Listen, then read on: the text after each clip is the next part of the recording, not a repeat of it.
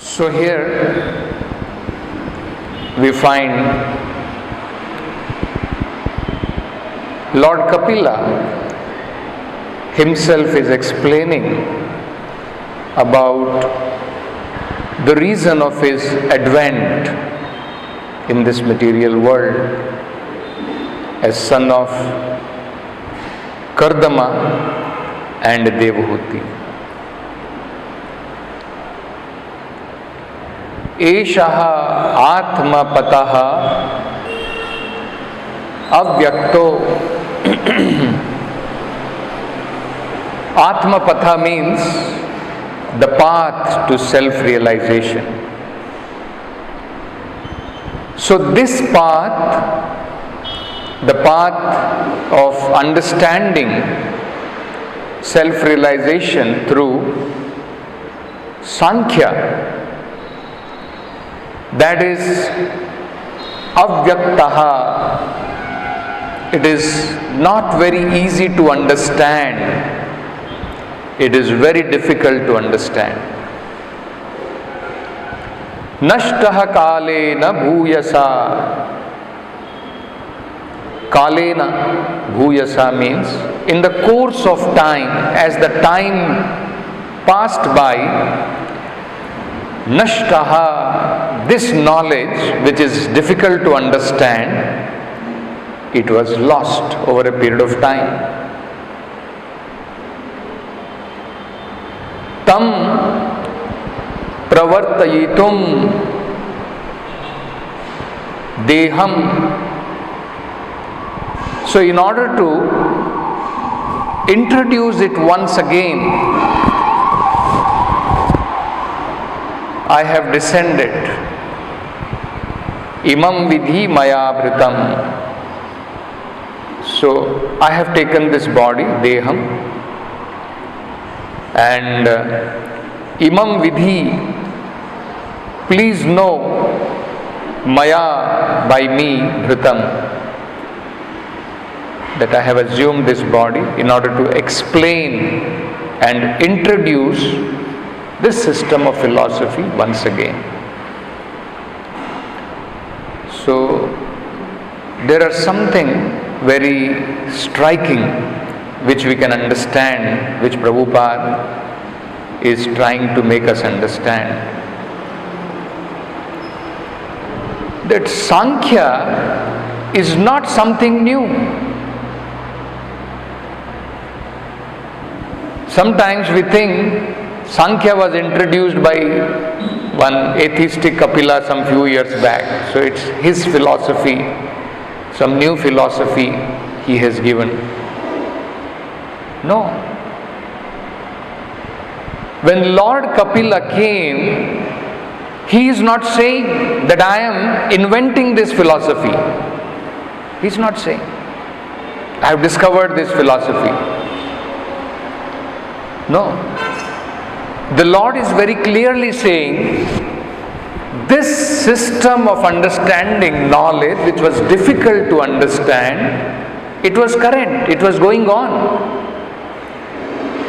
But over a period of time, nashtaha, this knowledge was lost. Generally, the word Muni, as it is explained in the Vedic literature, means one who can agitate his mind in different ways.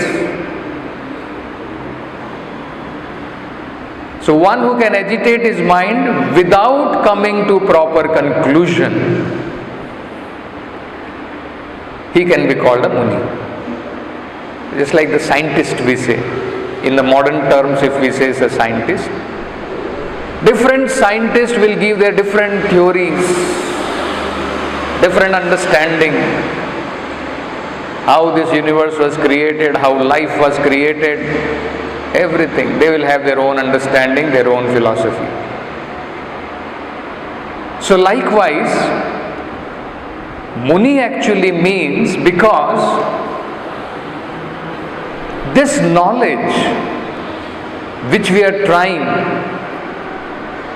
to give, it is limited to the circle of our mind and intelligence. So the mind can be agitated in numerous ways, innumerable ways, and that is why we find innumerable philosophies. So many different philosophies are existing.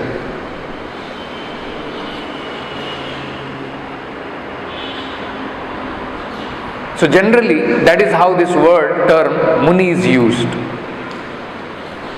In Bhagavad Gita, Krishna also calls, but he differentiates it a little bit. When Arjuna asked this question, Sthita pragnasya ka bhasha, how can one understand if a person has attained that state of self-realization, Sthita prajna, he has become realized? How does one understand? So in response to that, Krishna says in one of the verses, this is in 2nd chapter, 56th verse. So there in the purport, Prabhupada explains about this word Muni. Dukkheshu anudvigna manaha, sukheshu vigatas spruhaha, Vitaraga bhaya krodhaha, sthitadhir muniruchyate.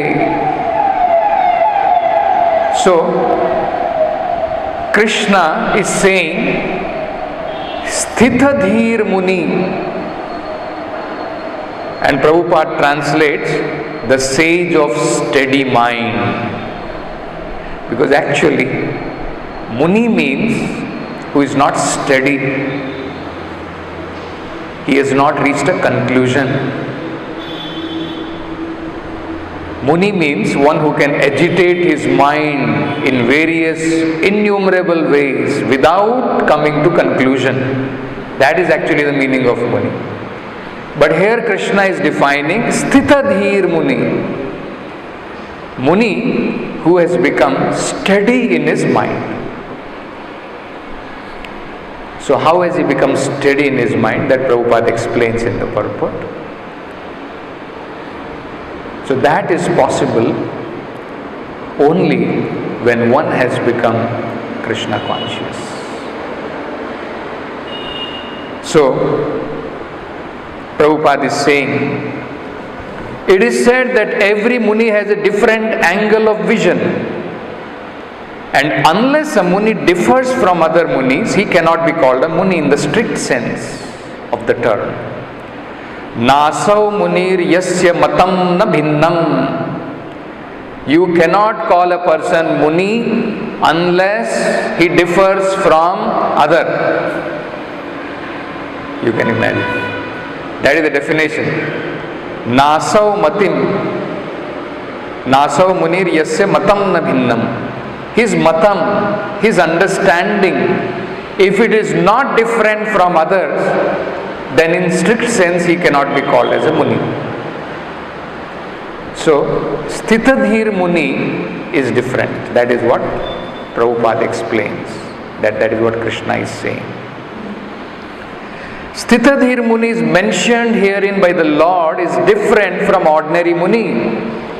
The Sthitadhir Muni is always in Krishna consciousness. How he is always in Krishna consciousness? He has already exhausted his business of creative speculation.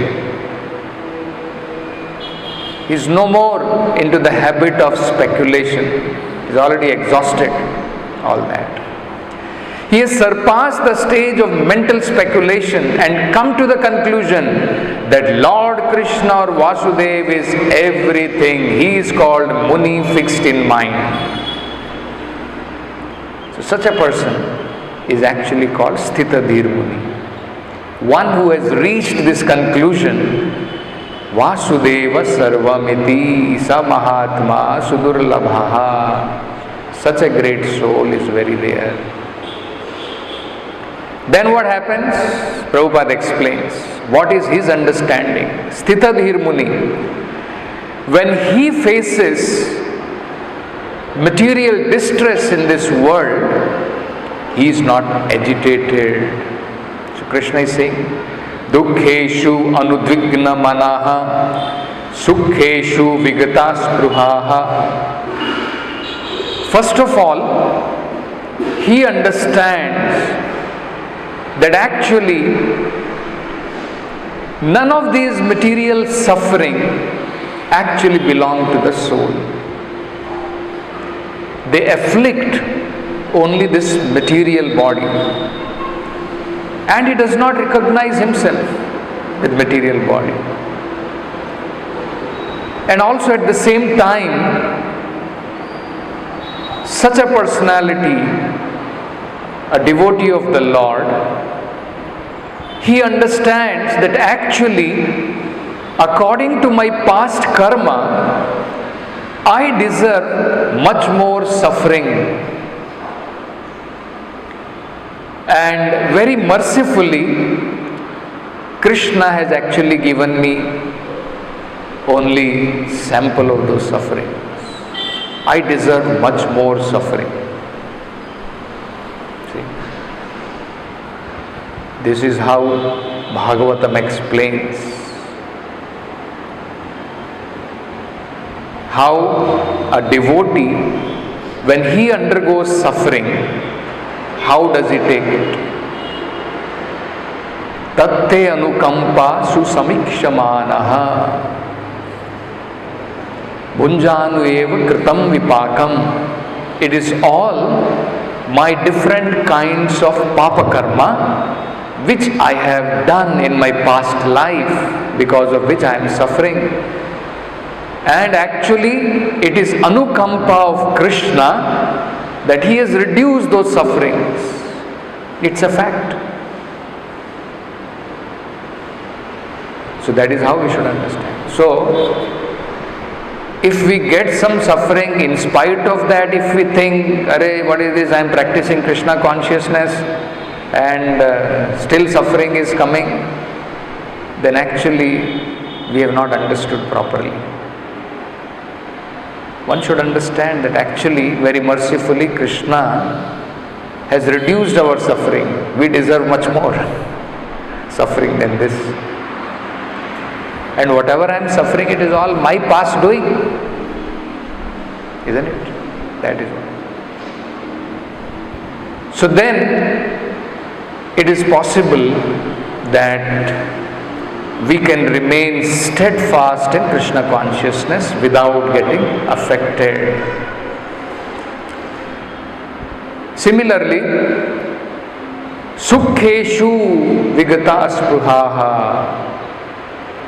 And at the same time, when happiness comes, he again understands, I don't deserve this. I don't deserve this happiness also. But Krishna has given. I deserve much more distress. Krishna has given less. I don't deserve this happiness, this kind of whatever Krishna has given facility, I don't deserve. But mercifully Krishna has given. That is how he takes. So Prabhupada says that is why he is equal in both happiness and distress. He doesn't get affected by that. Such a person is called Sthitadhir Muni, a sage who is fixed in his mind, in his consciousness. That is how it is called. So, if you all remember today's conversation, it is very interesting. In today's conversation, there is one line where Prabhupada explains, when Prabhupada is talking about that we have only one complaint, and that complaint is that blind man is leading another blind man. That is what is happening. If one is sincere, he should say that I am blind, you are also blind, I cannot lead you. That is sincerity, at least accepting. But even after understanding that I am blind and others are also blind, then how can I lead them? That is called cheating. So Prabhupada is saying that is our protest. That you are blind, but still you are saying that I will lead other people. So then Prabhupada is quoting that Janma sarthak kari kara paropkar. First you make your life perfect, then you think about paropkar for others. Otherwise, what paropkar you will do? Daridra Narayana. You cannot see what is the welfare of people and you will only do Daridra Narayana seva. That is not real paropkar. Isn't it? So, there Prabhupada says something very wonderful. Because then one may say, okay, you are saying your eyes are open, you are not blind. Isn't it? So then Prabhupada says, we don't say that we have got eyes, but we are being led by Krishna who has got real eyes. Therefore, we are safe. Isn't it? So we are not so proud to say in that sense, if we are guiding as a devotees other people. But we are safe because we are guided by Krishna who has got eyes. We are guided by the parampara, the knowledge coming in parampara, which is what Krishna himself is saying. And that is how we are safe. So, this is not some new philosophy which Lord Kapila has introduced. This philosophy existed in the past, but in the course of time, like in Bhagavad Gita, Krishna says, that knowledge was also lost. So next, Prabhupada talks about the influence of time. That is also very interesting, very important to understand. If you see in Bhagavad Gita, what does Krishna say? Sakalena mahata. Mahata means very powerful. Krishna himself is saying, because time, I am, Krishna says. Isn't it? So just like Krishna is powerful, time, the energy of the Lord is very powerful. Very powerful. So Krishna is saying, himself is saying, Sakalena mahata yogo nashtaha param tapa. O param tapa, O chastiser of the enemy. Chastiser of the enemy means very strong. But kalena mahata. But time is very superior. That is very strong. Your strength is in front of the strength of time. It's nothing. Isn't it? It will be lost. So Prabhupada very nicely explains in that, in one of the lectures Prabhupada gave on this verse, Sakalena mahata yogo nashtaha param tapa. Time means changes, kills the original position. That original position, whatever is there, it will kill that. Suppose, let us say for example, you take out one fresh mango. Now that is the position.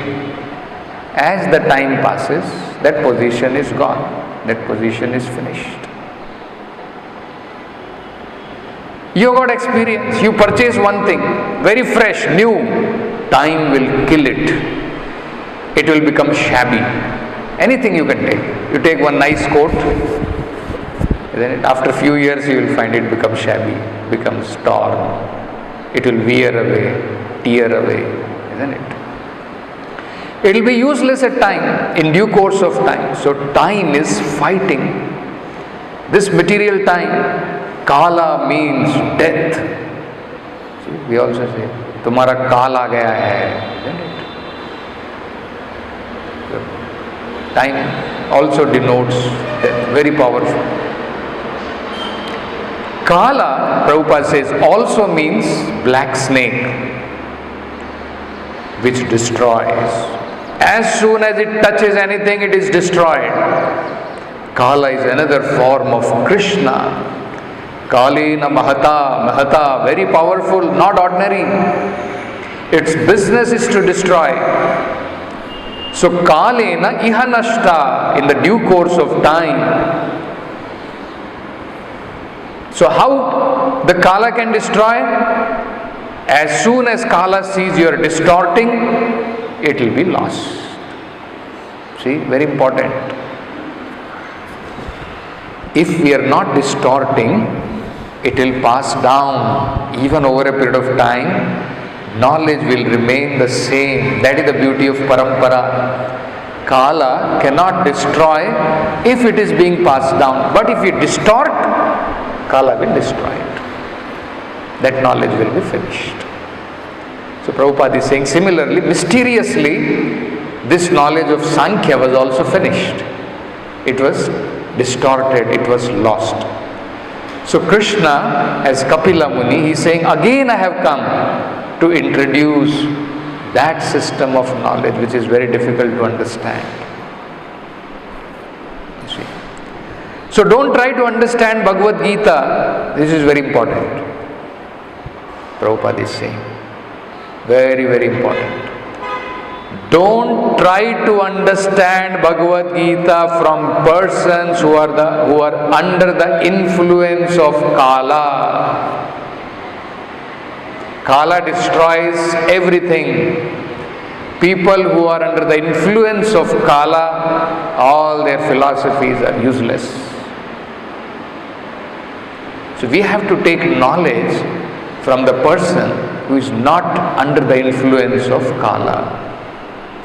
So the spiritual master, the pure devotee of the Lord Himself, they are above this present, future, past, everything.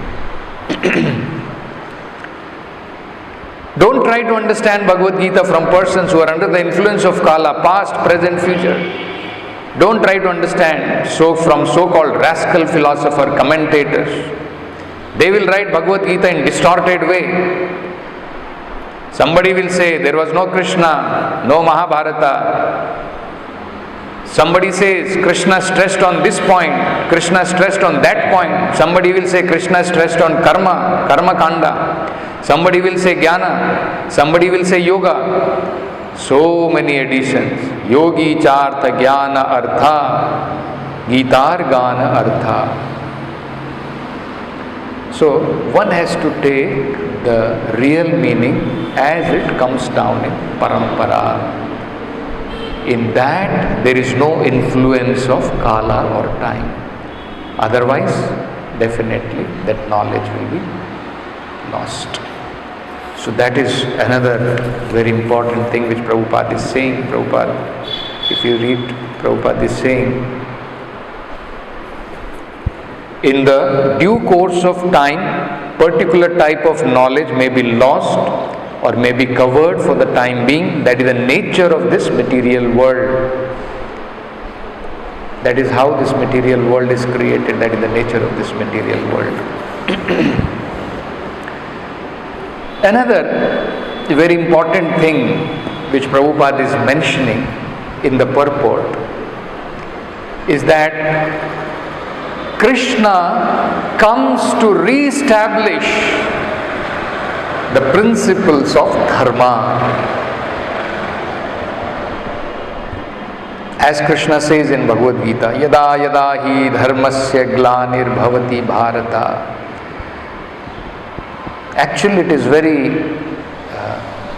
revolutionary understanding about what is dharma. When we say yada yada hi dharmasya glanir bhavati bharata. Prabhupada explains, even in today's purport, Prabhupada is explaining the same thing. What is this dharma glani? Isn't it? What is this dharma glani? So Prabhupada is explaining, what is the dharma of the living entity? The dharma of the living entity is to serve the Supreme Personality of Godhead in loving relationship. That is his original position. That is called dharma. That is his real occupational duty. That is called as dharma. In modern life, we have invented so many different kinds of dharma, and that is why Krishna says in Bhagavad Gita, Sarva dharman parityaja, give up all those nonsense dharma and just follow this dharma, surrender unto me. That is what you follow. That is why Krishna is saying. So dharma glani means when the living entity forgets this position and instead of serving Krishna, he is serving illusion or maya. That is called dharma glani. So whenever that happens, whenever people are serving their senses and they forget the real occupation that actually I am servant of Krishna, at that time the Lord descends in this material world to propagate real dharma. And that is how we find even in Kali Yuga, the Lord is very merciful. So very mercifully, the Lord has come once again as Chaitanya Mahaprabhu, and this time understanding the condition of this material world, especially in Kali Yuga, very mercifully the Lord has given a very simple process without even seeing the qualifications of people. Just like yesterday we were singing in one of the songs about Lord Nityananda, Akarodha Paramananda, very, very humble, without false prestige, without anger, Akrodha Paramananda.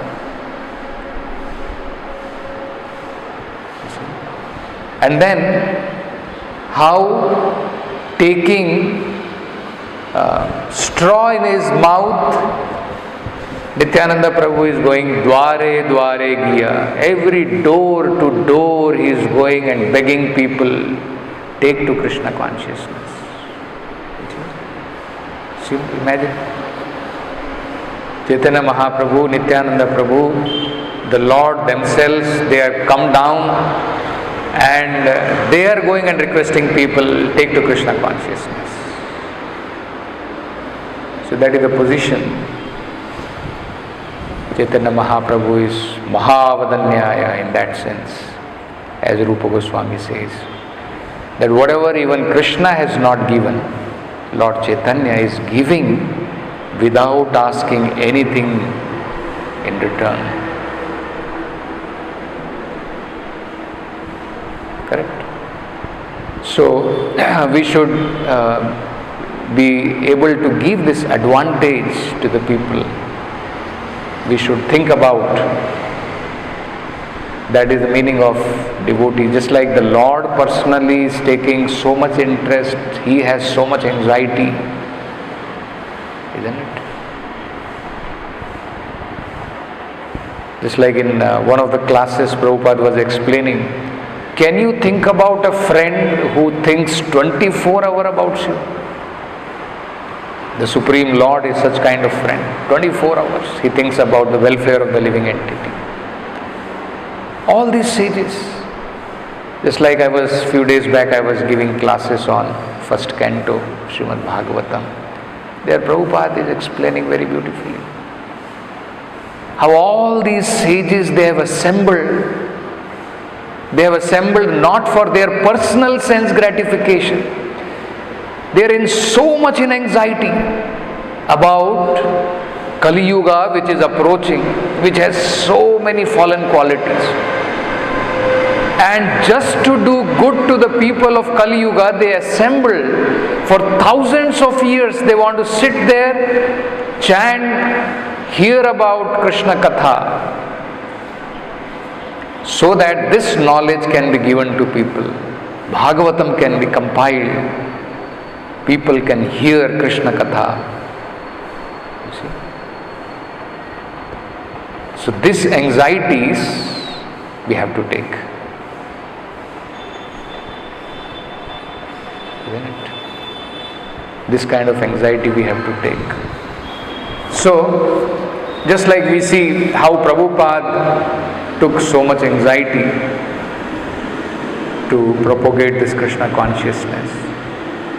So similarly, every devotee must see to it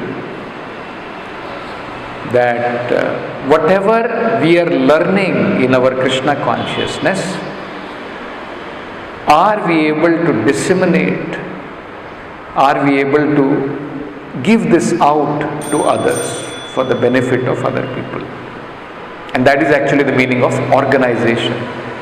In an organizational way, cooperatively, together, with more strength, because individually, let us imagine if individually we are thinking, it will not be. So, great acharyas have thought about that the best way in Kali Yuga is through an organization. So, as a part of organization, if all of us do our part properly, then the combined effort, the combined presentation of Krishna consciousness will be very pleasing to the Lord.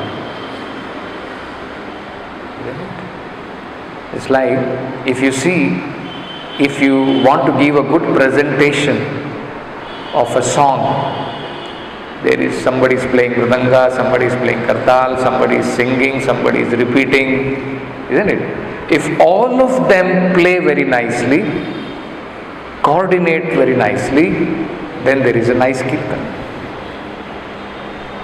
If everybody is in their own world, then it will not be good kirtan. Isn't it? Like that. So similarly, always that goal we have to keep in our mind, that our individual strength should be utilized in the organization so that it becomes combined strength. And then that combined strength will be very, very impactful. That will create a lot of impact. That is how we find Prabhupada wanted every place, that vision of the acharyas, every town, every village, Krishna consciousness should be propagated. So with that kind of zeal we have to preach Krishna consciousness. So we'll stop with this. Granth Raj Srimad Bhagavatam ki jai, Jagat Guru Srila Prabhupada ki